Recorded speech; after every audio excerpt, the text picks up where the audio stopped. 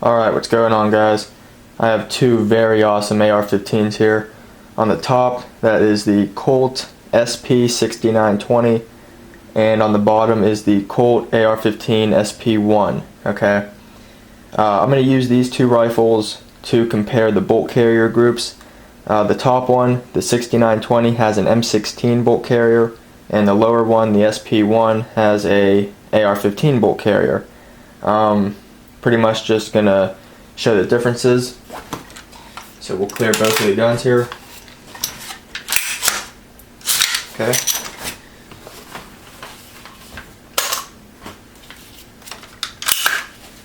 And we're clear. Okay. Really, I don't know the type of steel used on the SP1 bolt carrier, but on the 6920, the bolt carrier group, the bolt carrier itself is 8620 steel. Okay. Here is the bolt carrier group of the 6920.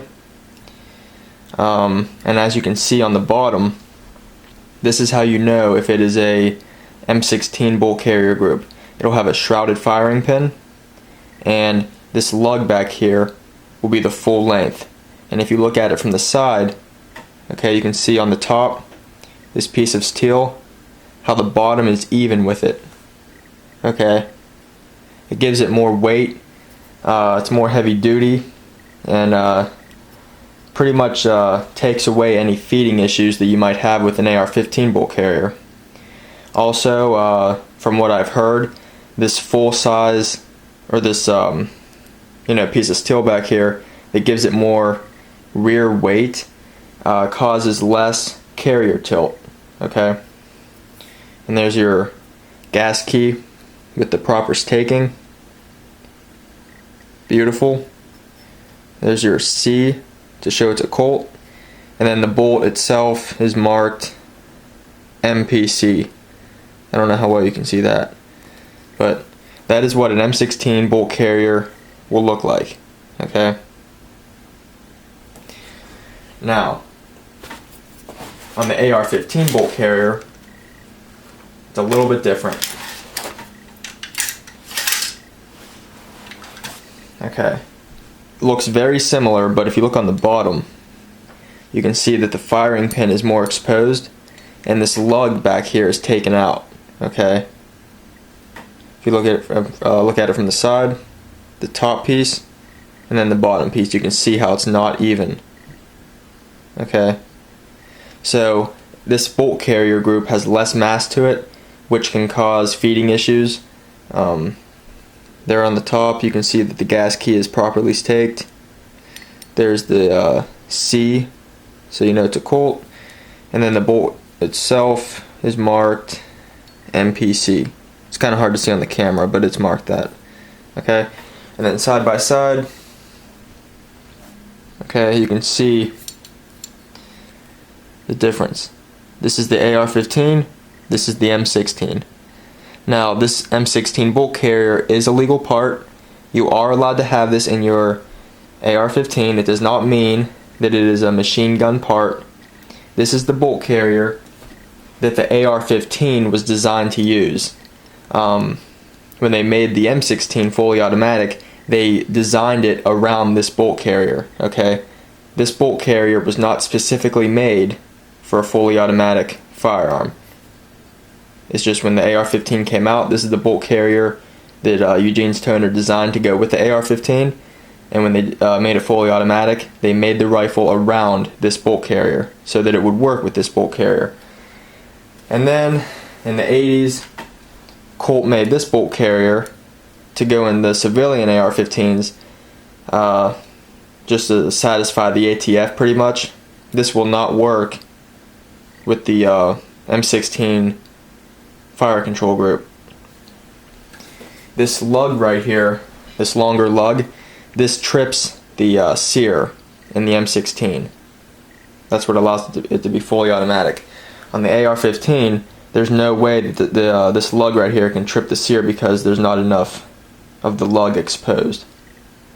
Okay, There they are side by side. On the 6920, the modern bolt carrier group, very high quality. It's probably one of the best M16 bolt carriers you can get. 8620 steel. I forget what the bolt itself's made out of, but I know it's carpenter steel. It might be 158 carpenter steel. I think that might be right. I'm not sure. But I have no idea what kind of steel was used in the SP1 bolt carrier group. And I know even the AR-15A2s that came out in the 80s, I think the model was R6600. It has the same bolt carrier group. But on the 6920, you're allowed to have the M16 bolt carrier group Parkerized, mil-spec.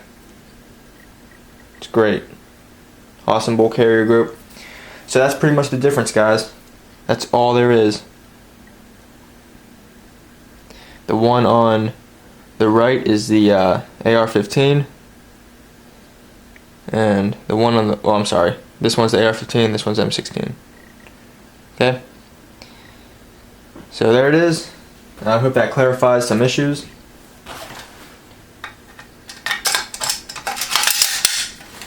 I know that for guys that have never seen the differences, just by explaining the differences, it might be kind of hard to visualize. But and something else that Colt did, if you look on the SP1, on the lower receiver, you can see how this area right here is milled out completely. It would be a lot easier to convert this to full auto if you wanted to. Of course, before 1986 you could do that legally, but this area is milled out so that you could fit all the parts necessary, like the sear and the correct trigger, the disconnect, all that good stuff. Okay, then if you look on the modern 6920, you can see that the lower receiver, it is not milled out all the way. It's pretty much impossible to convert this unless you mill this out. Okay. There's your H-mark buffer. And oh, another thing. On the SP1, on the upper receiver, see if I can get this. If you look right here, there is no sear relief. This area right here where it's milled out, it's even the whole way. I don't know if you can see that really well. And then on the SP1 or SP6920, you can see that there's an area cut out. You can see that. See how there's that area right here that's cut out? That's called your sear relief. So this upper receiver on the 6920 will work on a fully automatic lower.